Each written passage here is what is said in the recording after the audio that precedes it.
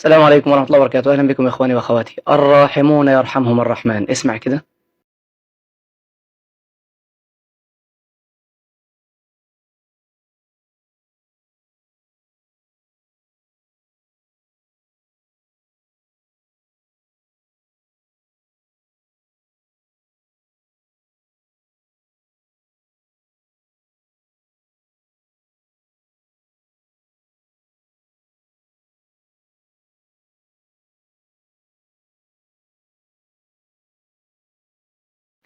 هذا الرجل كان يسير في طريقه ووجد جمل عطشان جدا.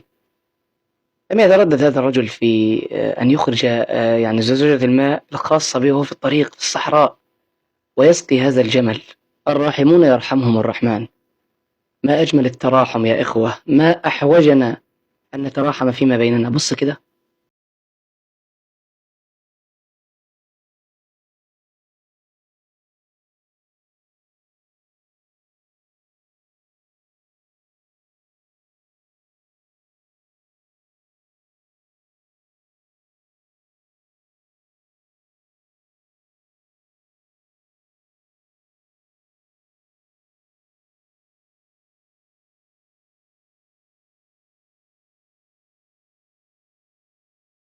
تخيل الرحمة، سبحان الله، ما نزعت الرحمة من إنسان إلا كان شقيا والعياذ بالله.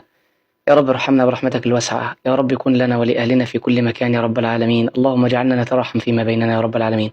إذا أعجبك الفيديو الجميل ده لا تنسى الاشتراك في القناة وتفعيل زر الجرس ومشاركة الفيديو ليعم النفع. السلام عليكم ورحمة الله وبركاته.